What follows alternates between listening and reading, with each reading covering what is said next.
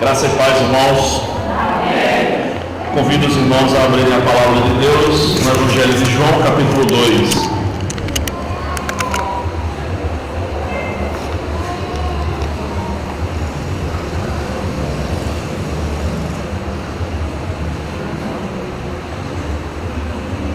João, capítulo 2. Nós vamos ler do versículo 18 ao versículo 22. É uma grande alegria voltar aqui. Toda semana eu estou aqui, mas a maioria de vocês não me vê porque eu estou na sexta-feira, né?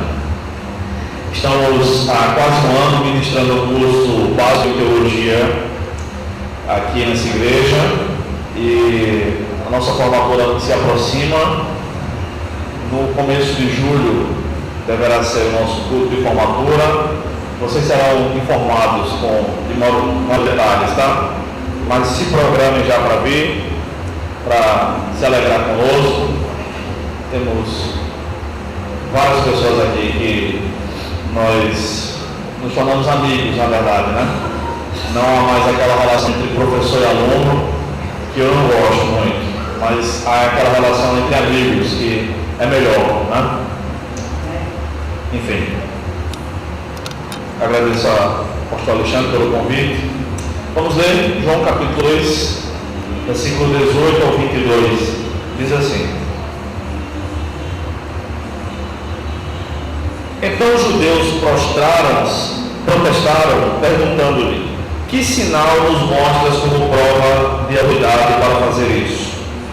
Jesus lhe respondeu: Destruí este santuário e eu o levantarei em 3 dias. Os judeus prosseguiram: Este santuário levou 46 anos para ser edificado e tu levantarás em 3 dias? Mas o santuário ao qual ele se referia era seu corpo. Quando ressuscitou entre os mortos, seus discípulos se lembraram disso que ele dissera e creram na Escritura e na palavra que Jesus havia falado. Amém? Até aí, vamos orar mais uma vez. Ó Pai, obrigado pela tua palavra, obrigado por esta igreja e pela oportunidade que nós temos, como a irmã Cida falou há pouco, de poder cultuar juntos o teu nome, Senhor. Nós queremos te pedir que nessa noite o Senhor tenha misericórdia de nós e fale ao nosso coração por meio da tua palavra. Que o Senhor nos ajude, nos instrua e que compreendamos as verdades da tua palavra. Amém. Irmãos, quando me foi feito o convite, o pastor Alexandre disse que eu encerraria com um sermão uma série de mensagens sobre os sinais do Evangelho de João. Não é isso? Então, o tema da mensagem de hoje, eu poderia ter colocado o último sinal, mas eu coloquei um sinal inconfundível. Esse é o nosso tema nessa noite. Um sinal inconfundível. Ao longo do Evangelho de João, o autor registra 7 milagres que Jesus faz antes de morrer e depois mais um que ele faz quando ressuscita. Mas ele não chama esses milagres de milagres propriamente dele. Ele chama de forma diferente de Mateus, de Marcos e de Lucas. João chama os milagres de sinais. E o sinal, ou um sinal, é aquela linguagem que aponta para uma realidade maior. Por exemplo, um sinal de trânsito, um semáforo, aponta para o perigo maior de que nós devemos parar quando o sinal estiver vermelho, prosseguir quando o sinal estiver verde. E por aí vai. Uma placa de trânsito também, ou a linguagem brasileira de sinais, que é utilizada pelos surdos, né? Nós não chamamos mudos porque na verdade eles não falam porque não ouvem. Então eles geralmente teriam capacidade de falar, mas como não aprenderam ouvindo, não conseguem falar. Então por isso a linguagem brasileira de sinais dos surdos, tá?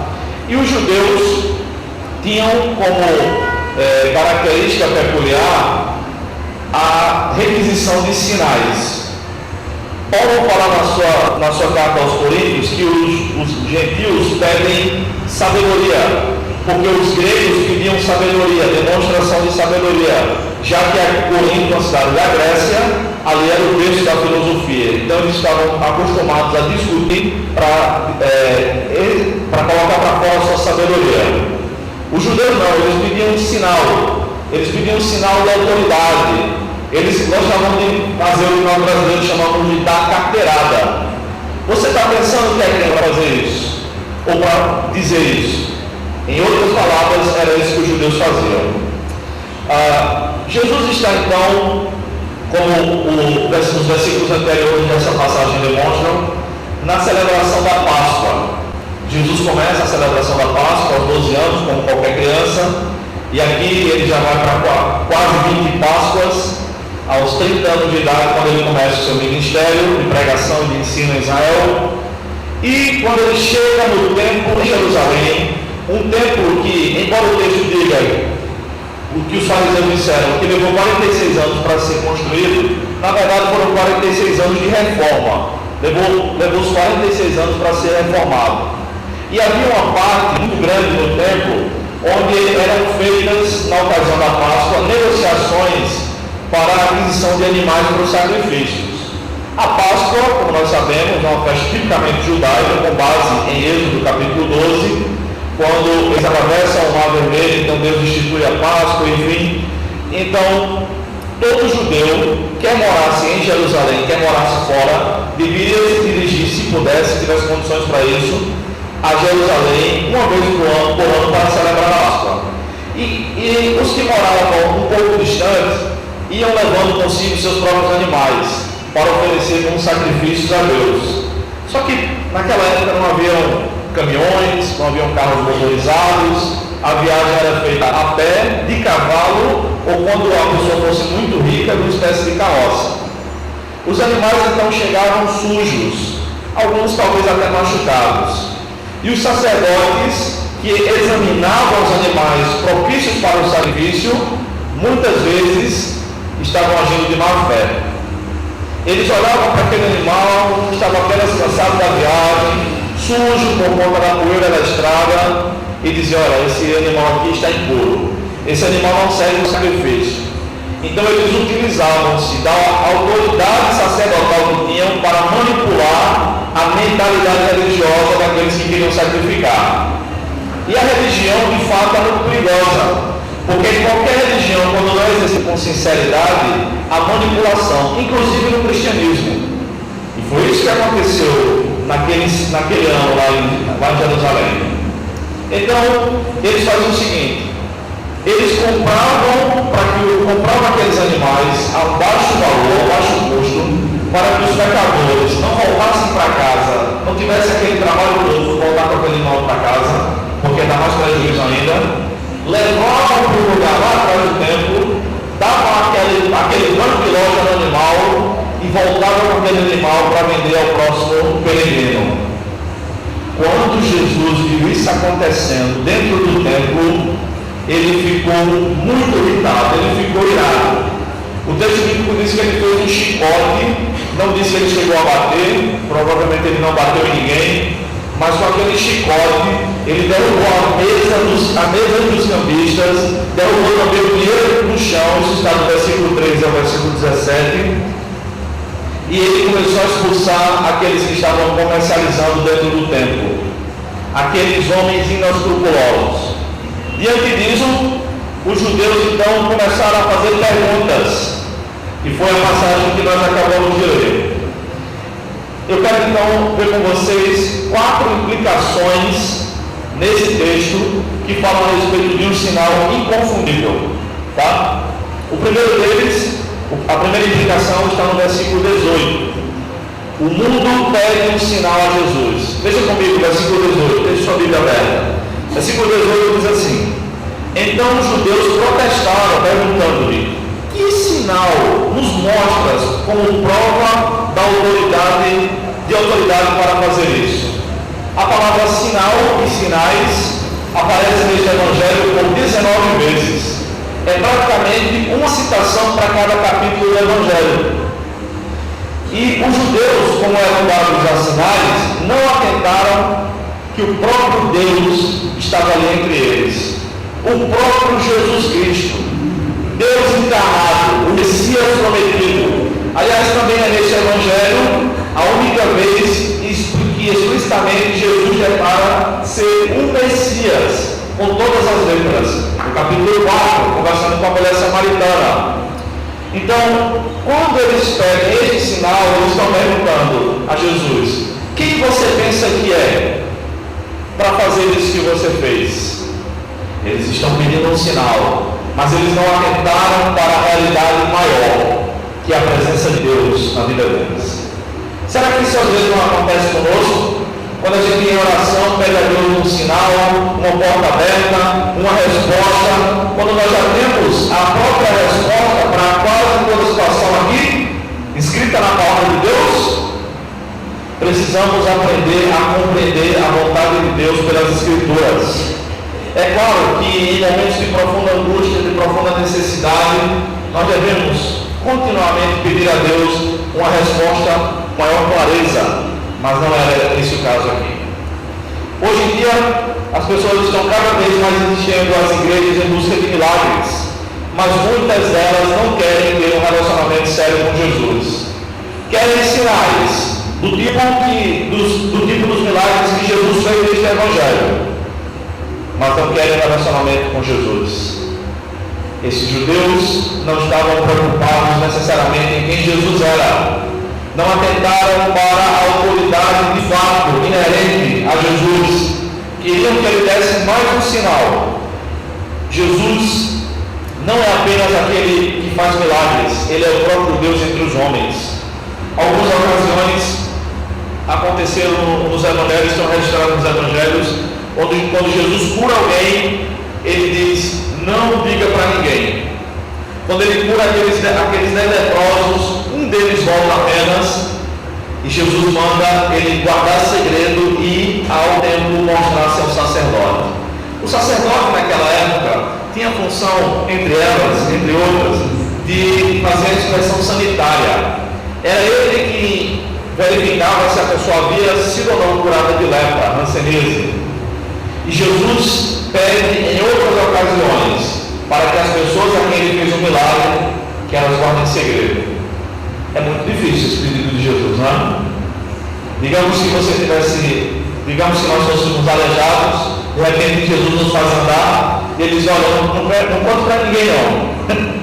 Difícil. Toda hora ela está perguntando como é que você ficou bom. Por que Jesus pede algo tão difícil assim? Porque, como os teólogos chamam, isso é o segredo messiânico. Jesus quer que esse segredo seja guardado, porque ele não deseja ser conhecido apenas como curandeiro, como milagreiro. Ele quer ser reconhecido como ele é de fato, maior do que isso. Ele é Deus, ele é o Deus Todo-Poderoso. Ele faz milagres, sim, ele cura, ele ressuscita mortos, ele responde a orações de igrejas que estão com diáconos hospitalizados. Sim, ele faz tudo isso. Mas ele é muito maior do que isso, ele é Deus.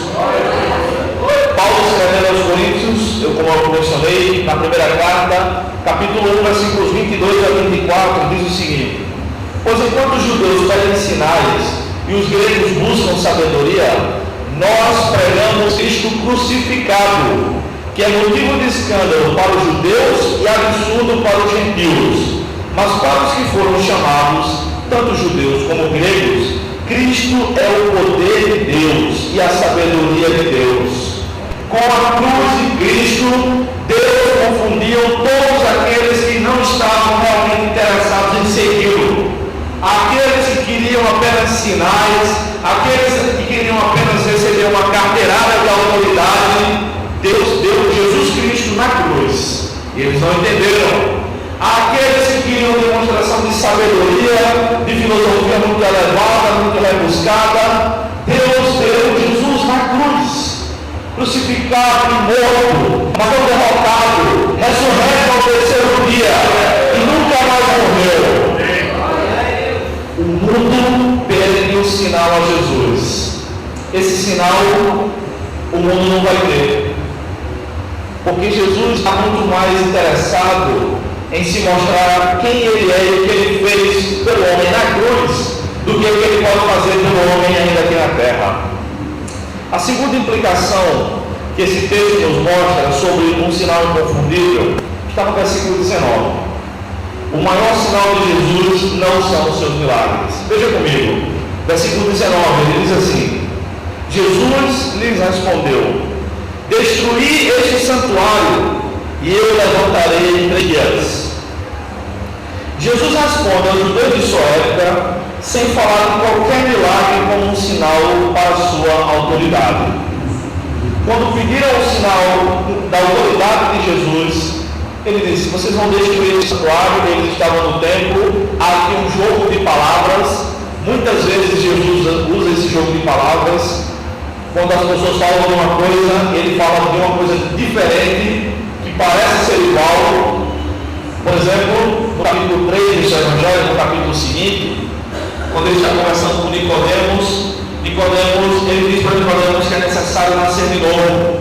E Nicodemos ironiza com Jesus, dizendo: como pode um homem velho como eu, voltar de novo na vida da minha mãe para nascer de novo?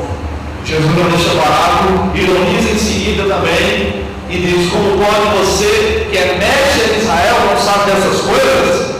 Porque Jesus estava falando do nascimento espiritual e não do nascimento literal, de um renascimento literal. Então ele estava falando do renascimento que Deus opera em Ezequiel capítulo 36. E como Nicodemos era um rabino, um professor de Israel, deveria conhecer a lei e deveria conhecer a promessa do novo nascimento que Deus havia feito através de um profeta. Jesus responde com uma resposta diferente. Por exemplo, ainda no capítulo 4 do Evangelho de João, ele está diante do poço ali de Jacó, sentado, conversando com a mulher samaritana. Ele diz para ela que a água que ele tem para lhe dar vai matar a sede dela para sempre. E eles estão à beira do poço, com sede, é meio-dia, ou seja, o momento mais quente do dia. Então ela pergunta: que água mágica é essa? Ela estava falando da água do poço, H2O. Ele estava falando do Espírito Santo. E depois é que ela compreendeu. Será que às vezes Jesus não está falando conosco e a gente está tão desatento, tão atentos com as coisas desta vida, tão atentos com as preocupações desta vida, tão atentos com a nossa própria lógica, que não conseguimos mais perceber a voz de Deus falando em meio à confusão? Deus continua a falar. Eu tenho visto pessoas dizendo: eu fui num culto de oração, Deus usou um profeta e falou comigo. Eu creio que pode acontecer. Eu tenho visto também pessoas dizendo: eu estava orando, de madrugada eu tive um sonho e Deus falou comigo. Ora, eu creio também, Deus é todo poderoso, Ele pode tudo. Mas eu tenho visto tão poucas pessoas dizendo: eu estava estudando a Bíblia, com dicionários bíblicos, comentários bíblicos, em oração, e Deus falou comigo. Em Lucas capítulo 11, versículo 29, diz assim: como a multidão aumentava, ele começou a dizer: esta é uma geração perversa. Ela pede um sinal, mas nenhum sinal lhe será dado a não ser o de Jonas. Que sinal é esse de Jonas? Jesus disse que não daria mais sinais àquela geração, não faria mais milagres àquela geração, dando maiores indicações sobre o reino. Mas ele fala que o sinal do profeta Jonas, aquele profeta do Antigo Testamento, já era suficiente. O Novo Testamento então esclarece melhor, dizendo que assim como Jonas passou 3 dias e 3 noites no ventre do grande peixe, assim também o Filho do Homem passaria 3 dias e 3 noites no seio da terra. Jonas foi sepultado metaforicamente dentro do peixe no fundo do mar. Jesus foi sepultado literalmente dentro da rocha, no seio da terra, por 3 dias e ressuscitou. Tal como Jonas saiu dentro do ventre do peixe, Jesus saiu do sepulcro. Este é o sinal que eles não entenderam. O que nós temos pedido a Jesus? Temos pedido a Jesus seus sinais ou sua presença na nossa vida?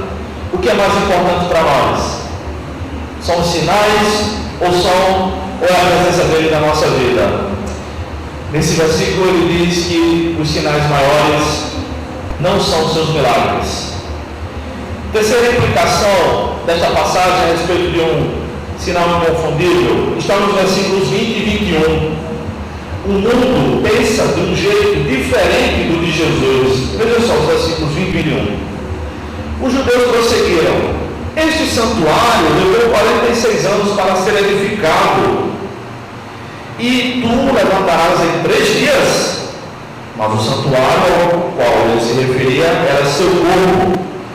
Jesus estava falando de linguagem figurada, de forma figurada.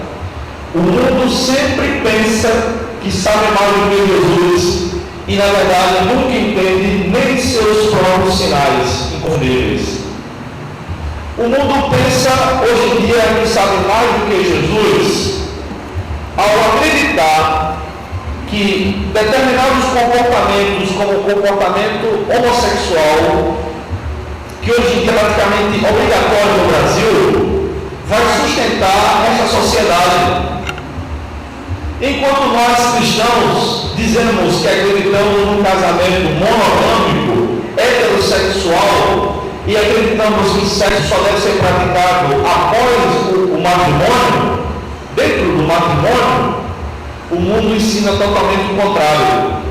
Porque o mundo nunca consegue compreender a vontade de Deus. E eu acho impressionante como igreja que quer agradar a Deus, quer agradar o mundo. Isso é impossível. Jesus disse em Mateus capítulo 6 que não se deve amar o dinheiro, porque não se deve adorar ao mamon, que é o dinheiro. Porque nós vamos amar a Deus, agradar a Deus, ou vamos agradar o dinheiro? No Antigo Testamento também, Deus disse por meio dos seus servos que deveríamos escolher a quem nós devemos servir. Tiago capítulo 4 diz que aquele que quer tornar-se amigo do mundo torna-se inimigo de Deus. Então é possível ter amizade com incrédulos, sim, é possível. É possível fazer trabalho na faculdade com eles, sim, é possível. É possível trabalhar na mesma empresa, é possível pensar economicamente muito parecido com eles, é possível. Mas vai chegar um momento onde haverá um divisor de águas. Vai chegar um momento que teu amigo incrédulo lá na faculdade, lá no trabalho, teu vizinho vai dizer que acredita que não tem nenhum problema de haver casamentos homossexuais. Mas o mundo também é hipócrita, porque esse tipo de coisa só é bonito quando é na família do outro. Em casa ninguém quer. Eu nunca vi um casal que está esperando pelo nascimento de um bebê não dizer que vai ser um menino ou não dizer que vai ser uma menina. Nunca vi. Nunca vi. Geralmente eu vejo quando é um menino que está sendo esperado, o pai diz, vai ser torcedor de qual time? Vai jogar bola comigo, vai ser um missionário. Quando é uma menina, vai ser minha princesa, vai ser minha garotinha, vou lutar para fazer balé, e por aí vai. Mas o mundo, além de tudo, é hipócrita. É preciso que nós, enquanto cristãos, nos posicionemos de maneira mais forte. Porque se tem o Evangelho de João também menciona as coisas sobre a relação do cristão com o mundo. Primeiro, Jesus disse em João capítulo 17, enquanto orava, que estava dizendo a Deus que não pedia ao Pai que nos tirasse do mundo, nós os que cremos nele, mas que nos livrasse do mal. Jesus também disse que o mundo nos odeia. O mundo nos odeia. E o mundo vai fazer de tudo sempre para destruir a igreja, mas não vai conseguir, porque Jesus disse que ficaria a igreja e as portas do inferno não prevalecerão contra ela. Mas o mundo nos odeia. Não pense que o mundo gosta dos crentes, não. Porque nós somos uma pedra bem pontuda no sapato dos incrédulos. Enquanto eles acreditam, enquanto eles vendem o voto deles, nós não vendemos. Enquanto eles colam na prova da faculdade, nós não colamos. Enquanto eles gastam o dinheiro deles com bebedeira, com cigarro, com tudo quanto não presta, nós damos na obra de Deus. Enquanto eles vão a lugares que não agradam a Deus, nós estamos descansando para trabalhar melhor. Então não tem como eles gostarem de nós. Não vamos nos esquecer disso. Enquanto os homens olharem para as obras que os próprios homens fizeram, nunca entenderão as obras que Deus deseja fazer. Aqueles judeus estavam tão preocupados com a maravilha daquele templo lá em Jerusalém. Os próprios discípulos de Jesus, em Mateus capítulo 24, disseram o seguinte: vejam que templo, que edificação, que pedras. Aí Jesus olhou para eles e disse: vocês estão vendo que coisa maravilhosa? Pois eu digo a vocês que não vai ficar pedra sobre pedra. Poucos anos depois, mais ou menos uns 30 anos, 40 anos depois, no ano 70, um general romano chamado Tito Vespasiano invade Jerusalém, destrói o templo e a história de forma metafórica diz que o sangue dava no meio da canela. E tem uma informação que até hoje a gente não sabe se é literal ou figurada. A história diz que faltou madeira em Israel, em Jerusalém, para tantas crucificações que houve. Então aqueles judeus estavam olhando para as paredes do templo, para aquela reforma que durou 46 anos, mas não estavam olhando para aquele que é a verdadeira casa de Deus, Jesus, aquele que é o próprio Deus, aquele que quando Salomão estava orando, dedicando esse mesmo templo que foi reconstruído na época de Neemias, restaurado na época de Herodes, orou: o céu dos céus não pode te conter. Aquele que o céu do céu não pode conter estava ali ao lado deles, mas eles preferiram olhar para o templo do que olhar para Deus. Enquanto nós ficamos olhando para as adversidades, as questões naturais da vida, os problemas, a falta de dinheiro, nós não vamos fazer a obra de Deus. Nós não vamos. Enquanto nós precisarmos de uma ajuda externa, pode até vir para a construção de um templo, por exemplo, mas enquanto a gente esperar por isso, nós não vamos dar nenhum passo adiante. A obra de Deus é feita do jeito de Deus, e Ele manda de uma forma que a gente nem sabe como. Deus opera de forma misteriosa. Eu estava dando aula lá na Juventus semana passada, e eu estava falando sobre um texto de Hebreus capítulo 12. Estava lendo com os alunos, conversando sobre outras questões. Não era sobre a ressurreição. E aí o versículo 5 de Hebreus 12 diz que Deus disciplina todo aquele que ele toma como um filho. E o aluno que leu aquele texto disse: professor, eu queria falar uma coisa aqui. Pode falar, não? E ele disse: eu passei 2 anos e 3 meses detido no interior de São Paulo. Ele é do interior de São Paulo. Eu estava traficando drogas. Eu sou filho de pastor, neto de pastor, minha mãe crente. Minha mãe orava comigo, eu cresci na igreja, me desviei, passei a trabalhar com esse tipo de coisa. E eu estava lá longe de Deus, muito longe, até o dia que eu cheguei na penitenciária.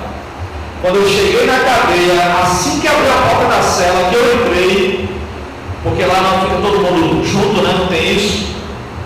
Um homem lá da cela chamou ele e disse: vem cá, senta aqui. Ele era bem novinho, senta aqui do meu lado. Ele ficou assustado, sentou. Se eu vou ler aqui uma palavra de Deus para você. E eu era um crente, alguém tinha se convertido na cadeia. Leu para ele Hebreus 12:5. Na hora que esse irmão leu para ele Hebreus 12:5, ele se voltou para Jesus. E ele entendeu que Deus estava disciplinando para que ele não morresse, para que ele mudasse de vida, para que ele não morresse. Você acha que a mãe dele, enquanto orava por ele, pensava que Deus ia agir dessa maneira? Claro que não. Qual a mãe que deseja um filho preso? Mas Deus age de forma misteriosa.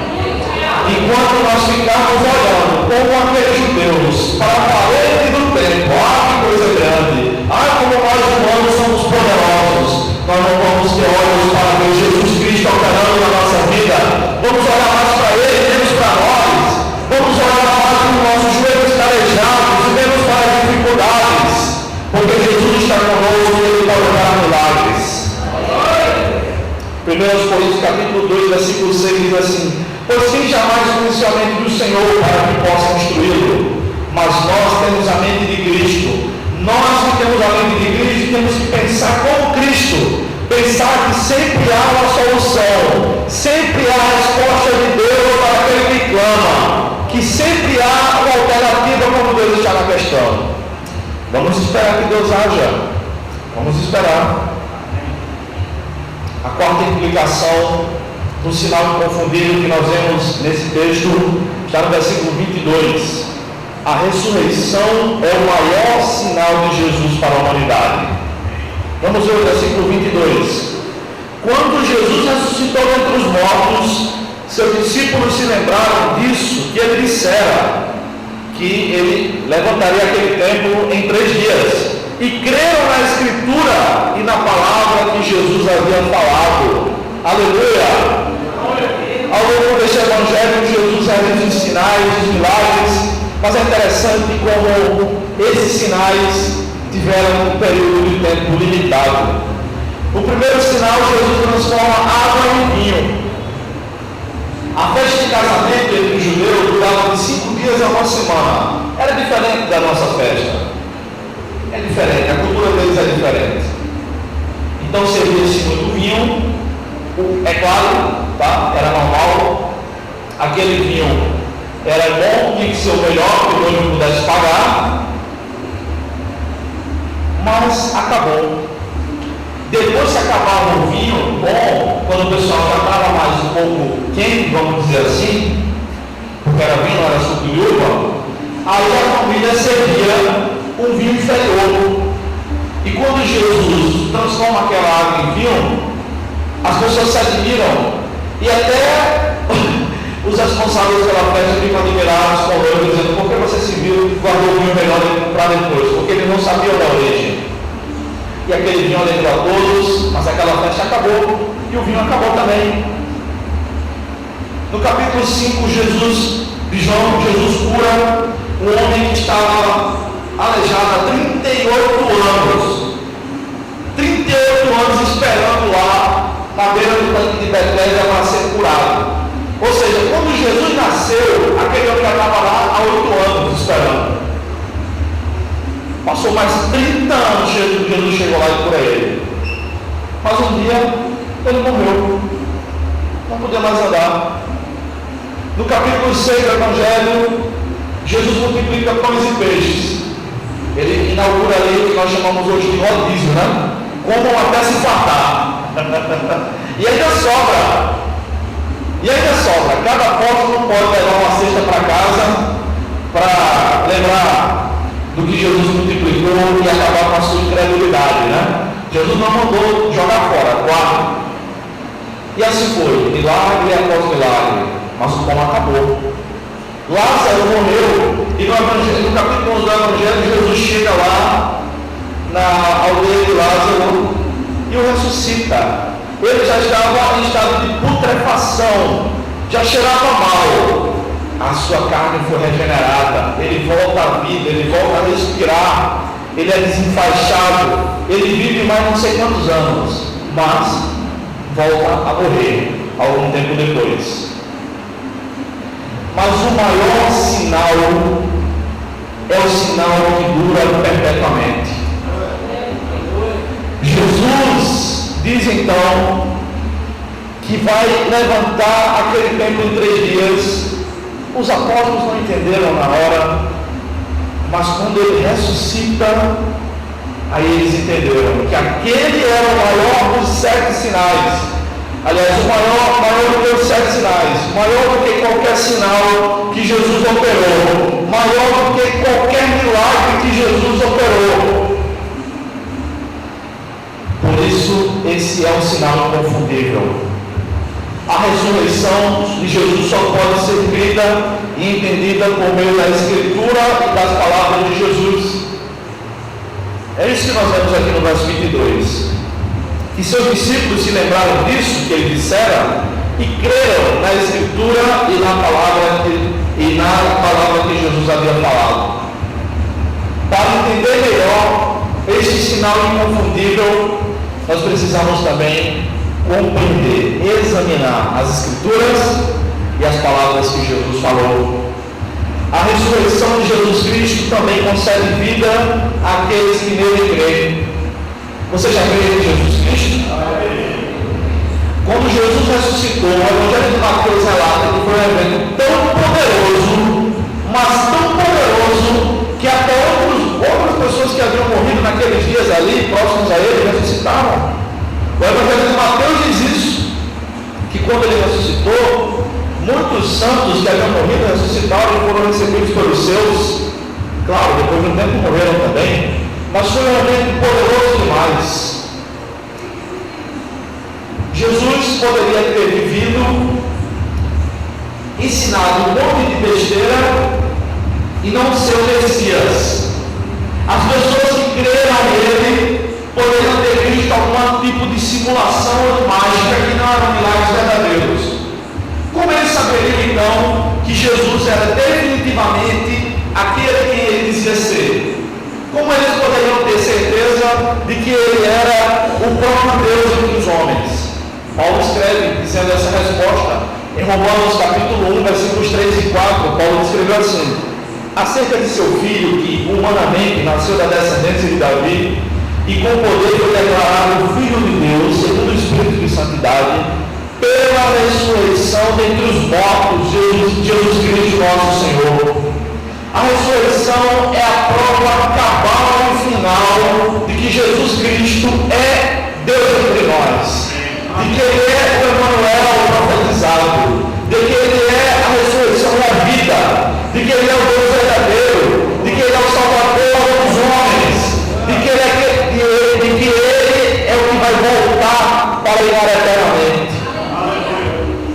Por isso, a ressurreição de Jesus Cristo é um sinal inconfundível. Hoje em dia nós ficamos confusos um pouco se algumas curas, alguns milagres são operados por Deus ou não. Para analisar isso, precisamos ter a palavra de Deus na nossa mente. E a Bíblia diz que, em primeiro lugar, Deus não divide a sua glória com ninguém. Então, quando uma cura não é atribuída a Deus, no meio do povo de Deus, quando uma cura é de fora, acontece fora do milagre e é atribuído à senhora disso, à senhora daquilo, não foi Deus que operou. Lembram-se dos sapos lá do faraó do Egito? Moisés chega, coloca a mão dentro do peito, no peito, dentro da roupa. Quando ele tira a mão está leprosa. Ele coloca de novo a mão, quando tira ela está limpinha. Os magos de faraó fazem a mesma coisa. Moisés então tem um cajado na mão, ele joga o cajado no chão, aquele cajado se transforma numa cobra. Os magos de faraó têm o cajado na mão, jogam no chão, se transforma numa cobra também. Só que aquela cobra, que era o cajado de Moisés, engoliu a outra. Talvez você daí tenha ditado que é cobra e muito cobra. Talvez. Mas aquele milagre que vem de Deus prevalecerá sobre aqueles que são operados pelos demônios. Em 1 Tessalonicenses capítulo 2, a Bíblia diz que o diabo faz todo tipo de engano. Eu vou ler para os irmãos. 1 Tessalonicenses 2, a partir do 11, aliás, a partir do 9, diz assim: a vinda desse ímpio se dá por meio da força de Satanás, com todo o poder, sinais e falsos milagres, e com todo engano na injustiça para os que perecem, por rejeitar a verdade para serem salvos. É por isso que Deus lhes envia a atuação do erro, para que creiam na mentira, para que sejam julgados todos que não creram na verdade, mas tiveram prazer na justiça. Aqueles que já rejeitaram deliberadamente o Evangelho, Deus, por propósitos eternos, envia a atuação do erro, e Satanás faz milagres falsos. Ou vocês acham que esses milagres que acontecem aí, lá em Aparecida do Norte, lá em Juazeiro do Ceará, lá em Guarabira com o Frei Damião, não existem? Existem, mas não foi Deus que operou. Aí está o X da questão.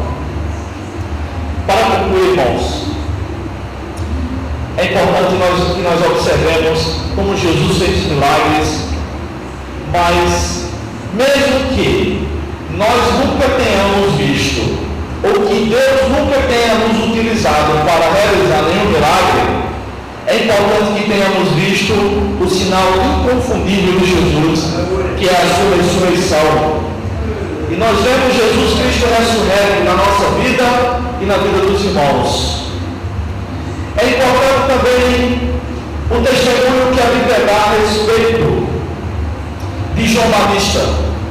Em João capítulo 10, versículos 41 e 42, diz assim: muitos iam até ele e diziam: apesar de João não ter feito sinal algum, tudo o que ele disse sobre este homem era verdadeiro. E muitos ali creram em Jesus. Eu já vi alguns milagres, mas mesmo que você nunca tenha visto nenhum, o mais importante é que tudo que nós dissermos sobre Jesus seja verdade. Isso é mais importante. Ao fim da vida de Jesus, as pessoas que criticaram no começo do seu ministério ainda estavam incrédulas em relação a ele.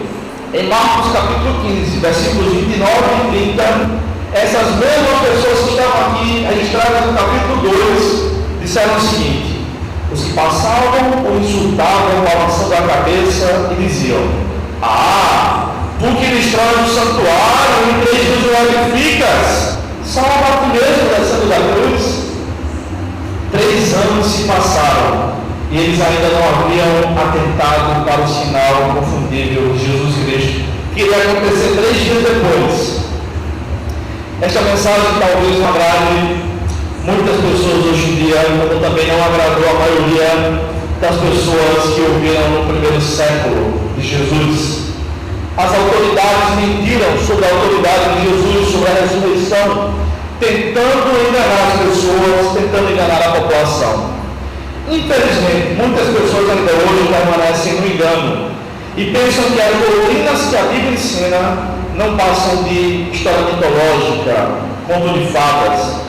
Jesus, porém, nasceu, pregou, fez milagres, morreu pelos nossos pecados, ressuscitou para a nossa justificação, está sentado ao lado de Deus Pai no céu e em breve voltará para a consumação dos séculos. Aqueles que tiverem crido em Jesus e no seu sinal inconfundível não serão confundidos, irão para o céu com Jesus e eternamente. Aqueles, porém, que não receberem como Salvador na sua vida, têm também o seu destino já traçado, longe do Salvador, no inferno, do lago de fogo, que arderá perpetuamente, onde o fogo nunca se apaga e o bicho nunca se consome, onde só haverá choro e ranger de dentes. Se essa é a situação de alguém de nós, eu convido você a receber Jesus Cristo na sua vida, porque Ele morreu em nosso lugar para pagar pelos nossos pecados.